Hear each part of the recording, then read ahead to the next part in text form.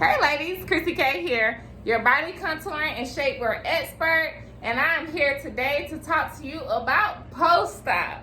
I'm very excited about this because I love body contouring, and of course anything that you do, whether it's a tummy tuck, liposuction, BBL, thigh lift, breast implants, whatever it is, we are contouring our bodies to make it the best looking body we love possible. So I just wanted to give you a few tips because one thing I noticed is during the post-op process, and a lot of clients that I help with fajas and post-op care, is you don't have a lot of information, or you have too much information and you don't know what to listen to. So my number one thing I want to say is listen to your body. Whatever your body is telling you, you have to pay attention to it. Not every recipe recommendation is for everybody. So you have to listen to yourself. Pay attention to your body. Pay attention to the way you heal, because that is going to be the key for your ultimate success on your recovery.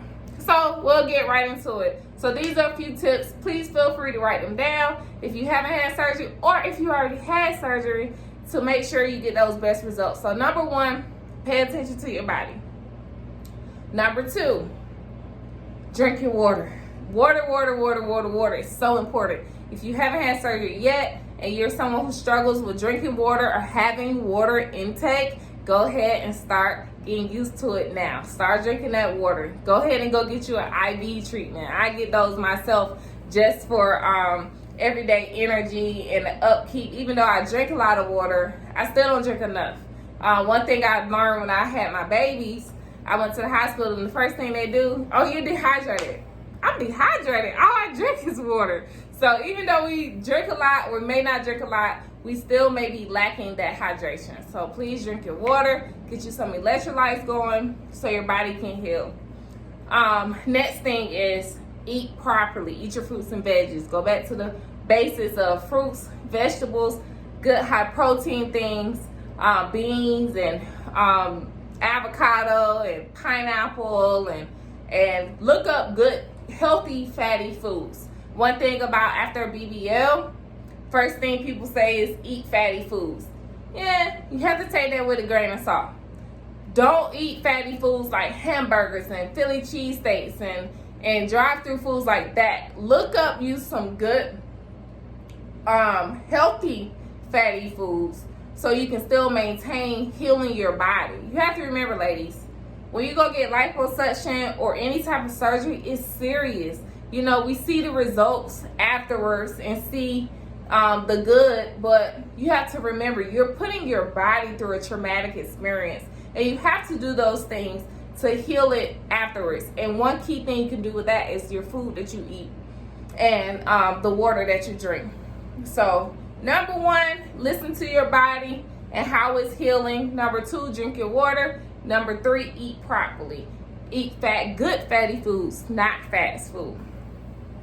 Okay, my next one is for those who haven't had surgery, or you already did and you're looking to do another round. Please research your doctor. I don't mean go just to the Instagram page and look at befores and afters and seeing specials that they offer. No, research your doctor. Google them. See how long they've been practicing. See if they're board certified. In certain states, to perform cosmetic surgery, you do not have to be board certified. So you want to make sure that you're researching a doctor who is truly certified for what they do, because you have the best chances of the best results from that. I see a lot of good doctors in places where there are multiple doctors, so you have to deal with like a third party receptionist or intake, and you really don't get to see the doctor prior to your surgery booking. I highly don't recommend you do that, because ladies, that's just like, we have an issue and we want to go see a doctor, but we're having just some Jane and Joe tell us that we need this. We go see that doctor. We don't just let the receptionist tell us what we need and write us a prescription. That's not how it works in the regular doctor world. So why in the heck do you want a representative to tell you what they want to do for your body? They're going to tell you whatever it is to get that booking. They're going to tell you whatever it is to get that deposit. So you want to be able to go to a doctor's office that you see the doctor during the consultation. Because what I see a lot is, a lot of people, liposuction is very popular right now. And they're getting it here, but they really need a tummy tuck. If you already have loose skin, or you don't have loose skin, but you have a larger belly, but the fat content is making the belly a little bit more firm, just think about, okay, if I suck all this fat out, what is my skin going to do? Or it's already saggy. If I suck this fat out, what is my skin going to do? You know, we can do things like skin tightening or compression to try to help the skin retract back, but your best bet is probably get a tummy tuck. And that kind of leads me into the next thing of the fear of tummy tucks. So don't be fearful. Yes, you get a scar, but once again, research that doctor and pay attention to their scars, because some doctors cut low, so you won't even be able to see it outside in your swimsuits or your underwear. You won't even see that scar. You can treat that scar with vitamin E oil, with ChrissyK's scar treatment oil, which you can find on my website or in store. Treat that scar, you know. Don't be afraid of a scar, because if you need the skin gone, you got to kind of weigh out the options. Okay, do I want my skin to be saggy and wrinkly after this procedure, or do I want to just heal the scar? Or if you're a tattoo person, get it covered up, you know? So you have to kind of weigh those options out and make the best decision for you, because liposuction is very, very traumatic on the body. So the less of that is better. So if you can just get a tummy tuck and liposuction your sides and your back, your recovery process is going to be a lot easier versus just liposuctioning your whole entire abdomen, your sides, your back. Is very painful. And that's coming from me doing lipo lymphatic massages, post-op contouring sessions, and just fitting my clients in my garments. It's very painful. You know, doctor's office, oh, you can go back in a week. You can't go back to work in a week. It's not going to be liable. I had a client that came in here. I was pulling up and she was coming in my store. And I could have sworn the way she was walking, she was about a week out. And I was like, okay, I you know, I mentally get ready for that. Okay, she's going to need this file. We're going to have to get her in this. Guess how far along she was? She was 30 days out, and she was still feeling like that. Liposuction is no joke. So if you think that you're going to get this because you're going to have a faster recovery process, not really. Not really. That's not 100% true for everybody. So please, like, don't fantasize with these girls that's hopping up to take a picture and going out in a week after their surgery, because that's just not reality. That's not my reality I see when they come in here, and that's just not logical reality either. After the traumatic experience your body goes through with liposuction versus the tummy tuck, they get the problem area, shoot, cut it off, bring your skin down, tighten up your muscles. Now, if you get muscle repair, yes, you're going to be bent over like that, and that process of healing is going to be a little bit more, but you're going to get the best results afterwards. And I see a lot of clients who were kind of afraid of a tummy tuck. Now they're looking for another doctor because they feel like they have to go back for a round two because they don't like their results afterwards. Because, I mean, the whole reason you go get the fat sucked out is because you can have a flat belly. So your tummy tuck is your best bet to have that flat belly. And once again, research that doctor. So I can keep going on and on about that, but I want y'all to really get the best results, because I see a lot of botched surgeries. I see a lot of imperfections with the bellies. I see a lot of hardening. Pay attention to these doctors. You don't want a doctor's office where they book 10 of y'all a day. You know, you want a doctor where he has maybe 2 of y'all that day. Yes, you may be paying a little bit more, but not really. Because when you pay this $10,000 or this $8,000 or this $7,900 for this full body makeover, but then you don't like your results, so you're paying all this money to someone like me who does body contouring, trying to get the imperfections out, you're already done spent the money that you could have just spent with the private doctor in the first place. So just wait be patient. I see a lot of impatience when it comes to surgery. I want it then. They didn't have the availability, so I went over here and they had the availability. Why are you doing that? It's your body. Wait a little bit. Take that time to work on yourself. Take that time to get used to drinking that water. Take that time to walk a little bit, get some weight off so your body can be revved up, ready for that. We can't have unhealthy lifestyles, then we throw our body into this surgery where your body like whoa, what did we just do? You know? So take that time to take care of yourself and get ready for the surgery if your doctor doesn't have a time that that you really want. And just keep in mind, ladies, don't pay attention to that number, because what you spend in aftercare and what you spend in corrections is not worth what you could have just paid that doctor in the first place. I'll make sure I pin some good doctors that I recommend for tummy tucks and BBLs down below. So number 1 was listen to your body during your healing process. Number 2 was drink your water and or go get you some IV treatments like I do. I do it for energy. Number 3, eat well. Number 4, research that doctor, and really considering going to a doctor that has a private practice where he can take his time on you.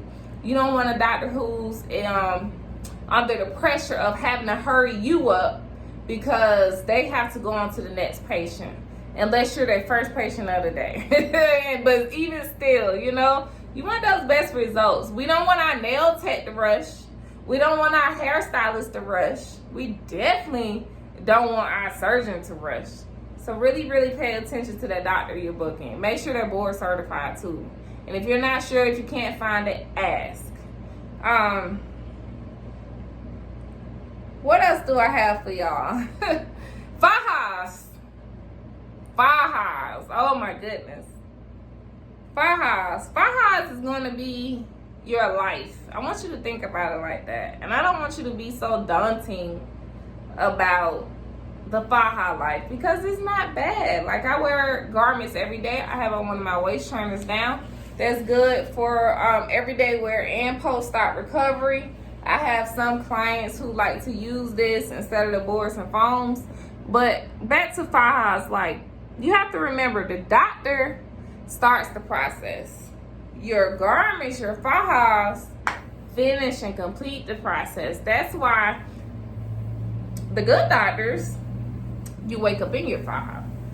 That's the normal standard of surgery. You should wake up and be in your faja. These doctors' offices that you go 2-3 days, you get your surgery on Friday, you don't go get that faja until Monday. I don't understand it, because you're allowing swelling to just be. You're allowing your new fat to just go wherever. You're allowing no compression. Compression is good for the pain, is good for the swelling, all of that. So that's another question you should ask when you're booking. Do I wake up in my faja? If the answer is no, be sure, and you really want to go to that doctor, be sure you go get a faja prior to your surgery, so you can have it and you can tell them, hey, I want you to put me in this faja. Or you can have your nurse or whoever's taking care of you afterwards help you in it that day. I've had a lot of clients who come to me the day of surgery and put them in their faja, or come to me prior to give them the one they need. So I do fittings in store prior to surgery and after, or you can do it virtually with me. But anyway, fajas, you have to budget for your faja, because usually time you wake up in like a size, we're going to start at 2X depending on your body type. You wake up in a size 2X, you're going to end up in a medium or small depending on your body and your makeup and build, you know. So what they put you in, and they usually only give you one in your price, and then you have to purchase the rest. But then the other problem is the fajas that the doctor gives, unfortunately, aren't up to par. They're very subpar. They're cheap. They're not Columbia made a lot of times, or they're just not right. I see a lot of fajas that you get a BBL, but the top of the faja is flat in your butt. And that's what the doctor gave you, you know? So really research that. See what type of, talk to other girls who went. Find out what those fajas are like, because that's very important for your results. You don't want to go get a BBL and then the doctor puts you on a faja that's flattening your butt, you know. So figure out what type of fajas they give. If not, purchase one. Don't worry about, but I already paid for it, I want to wear it. Well, you already paid for that body too. You don't want that to go flat. so it just is what it is, you know. That's another cost. So, you know, the cost of surgery is not cheap. That cost that $79,000 to $10,000, whatever it is, that is not your final cost. So fajas, get you the proper faja. Some people are good with the clamp faja right out of surgery, but then some people need the zip faja right out of surgery. So it just depends on your body and what you do and what you need. A lot of times I don't recommend the clamp faja first, because that zip faja, you pull it up so it allows compression from here all the way up by your vagina, versus some clamp fajas, if the opening is too big, it's swelling the heck out your vagina and it's already heck swollen. So if you just had surgery and your vagina is really swollen, you need to look at how that faja is fitting by your vagina, because it really should be compressing it. You want compression all over. If you're someone who swells up a lot, sometimes you can get ankle swelling, leg swelling. You want to get a knee length faja, and then you want to put compression socks on it, but you don't want compression socks to just cut off in the middle. You want the compression socks to come up higher. So fajas are going to mold your body. When your faja feels too big, go down to your neck size. Certain fajas are on the market where, like one of mine, my curvy girl, is made smaller at your waist, large on your hips and butt, so you can accommodate that. Because the downside of alterations is a lot of times they make them way too tight, and then the way they have to alter it gets a big bulge in your faja, so it creates some indentions on it. So it's best to, if you know you have larger hips, smaller waist, it's best to get a faja that already accommodates that, which ChrissyK has it along with everything else. But nah, y'all, I want to, everything I do, I care. Last thing I'm about is money. A lot of people, well, I just come back. You don't have to tell me that, because you're going to come back and get the other size anyway. It's not about the money. It's about getting you the right thing. And it's about taking your time to go down to that right size. I had one client, she got an extra small because she wanted this to be her last one. 2 days later, she came back and got small because the extra small just hurt. You can't rush it. You can't rush it. You can't rush going down in the size thinking, well, I'm just go ahead and get this size so I don't have to buy no more. It don't work like that. Your body is healing. Your body heals for a whole year and transforms for a whole year after your surgery. You cannot rush that process. I know it's expensive, but plan for it. You know, get some care credit, carecredit.com, to help you to pay for your surgery, so that way you can have the funds out of your pocket to pay for your fajas. That brings me to the next thing with fajas. Team no faja. I don't get it. I got clients that say, Chrissy, I can't even go without my faja. I feel like a fish out of water. I feel like I'm breaking apart. I feel like it keeps you together. It's like your brace. That's just like you broke your ankle and then you say, well, team no brace. It don't work like that. So I don't get that. I don't recommend that. I feel like you're cheating yourself. I feel like it's a fad. I feel like, why? I feel like they're comfortable fajas out here on the market. It's companies like me who actually care about the fajas and bring you the most comfortable on the market, so you can have the best success for your recovery process. So if it's uncomfortable, don't just throw it out and say, I'm just giving it up. Go find you the proper one. Come to someone like me in the beginning who knows fajas, who knows the body, who can tell you which one to get, so you don't feel like you're wasting your money and then you end up giving it up because it's uncomfortable, and then 6 months later you're sad because your results ain't what they were supposed to be because you done gained weight back. All of this stuff over just finding the right faja and planning properly. So please don't give your faja up. You're cheating your results on how your waistline can look. People ask me all the time, Chrissy, your waist is so small. Why do you have that on? Because I want to look like this. I want to keep looking like this. I want to mold my body. I don't want to stop wearing garments and then I blow up. Your garments keep you together. So please don't give up your faja. Please wear it. Remember that your whole process of healing lasts for about a year, and you can continue to contour that entire year. So fajas are very, very important. Whew. All right. brief because it's a lot of information. I see a lot of clients, y'all. All this is coming from my experience with fitting clients. It's coming from my experience of correcting results. So it's not coming from just any off the top of my head. I see it every day. I'm dealing with it every day. So I don't have any bias about any of it. I just want you all to have the best results, because it's possible, but it's also possible to be botched, and you don't want that either. So fajas, very important. Next garment, very important, are waist trainers. Sometimes some of my clients don't want to do the foams and boards, so they opt in to wear the waist trainer on top of their faja instead. The fajas are important the way they are made. You want it to come all the way up here, and you want it to come down low, and then you want it to come down low here without being too tight here. And I also have a double band one that's very good. So waist trainers are good too, because they can come in and reinforce your, it's great for swelling, it's great for compression, and it's great for just training your results. But you don't want to wear the wrong one, like the rolls with the clamps and the wires. Don't do those, because that's going to hurt your size.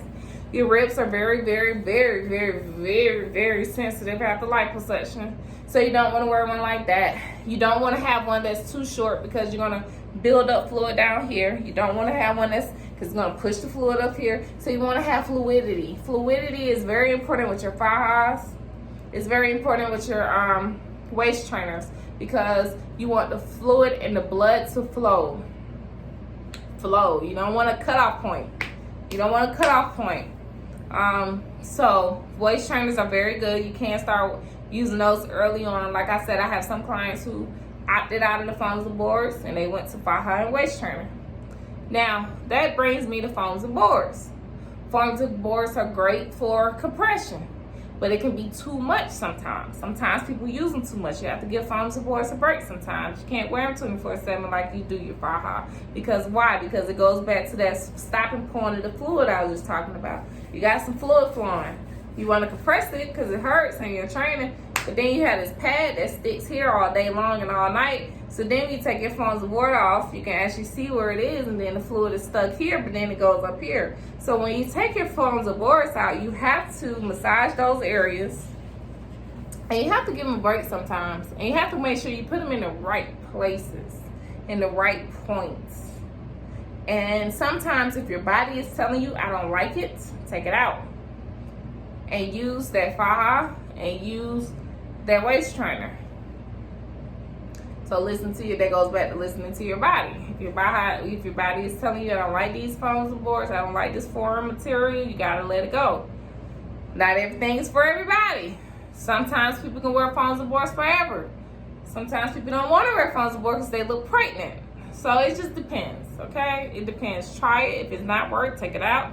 If somebody's telling, but you gotta wear it, you tell them, hey, my body don't like it, so I'm not gonna wear it. Just know that you're doing what you need to do to compress and contour. Next is post-op aftercare massages. Very, very, very, very, very, very, very, very important. I looked at one doctor I love a lot, Dr. Jason Emmert in California. He's really good. He gets his massages the same day. I looked at his lymphatic massage courses that he had online the same day. Recommendation, lymphatic massage the first 7 days. Now this is for post-op. Tummy tuck, be careful because you have a scar that needs to heal it. And if you go to the wrong person, they can break it up. They can bust it open. You don't want that.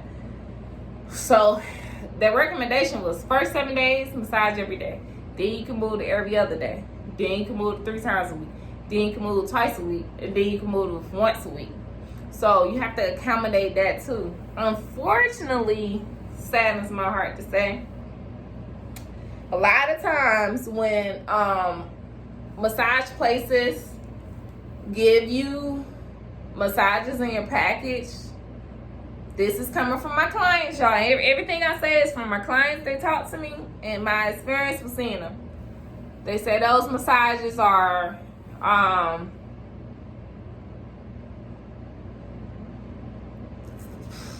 5, 10, 15 minutes. You're telling your massager 45 minutes to an hour. You're very sensitive. Big no-no is using a cavitation machine right after surgery. That's gonna hurt and sting. Vacuum therapy, that's a little different. But cavitation, don't want to use that too early on at all. So if you see that your massage place is about to use that, you tell them don't do that. That can harden your liquid. That can harm your, it's just too much. It can sting your places where you had here. I had some clients, she told me, she said she go to that place and she's crying and getting off the bed because it's stinging and it hurts so bad. I said, why are you letting them do it? She said, because I don't know. They told me that's what I needed and they made me, they held me down. They held you down. They made you do it. Y'all gotta speak up. Once again, listening to your body. So, no cavitation right afterwards. Weights. Massages should be 45 minutes to an hour. If your place is saying, well, I can't book you unless you opt in for these massages, well, you might want to look at something else before you give me a deposit. Because how are you going to force me to do something that you don't even perform accurately? So that's that. Massages are key.